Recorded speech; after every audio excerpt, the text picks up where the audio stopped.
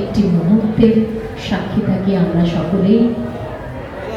এক মাহেন্দ্রক্ষণে আগামীকাল ভোরবেলায় সেই ভক্তি সঞ্চিত মাহেন্দ্রক্ষণের জন্য সকল পুণ্যার্থীরা এসে একে একে সকলে এখানে উপস্থিত হচ্ছেন। আর আজই পশ্চিমবঙ্গ সরকারের পক্ষ থেকে নির্মল জয়দেব মেলা 2026-এর উদ্বোধন অনুষ্ঠান এখানে অনুষ্ঠিত হচ্ছে।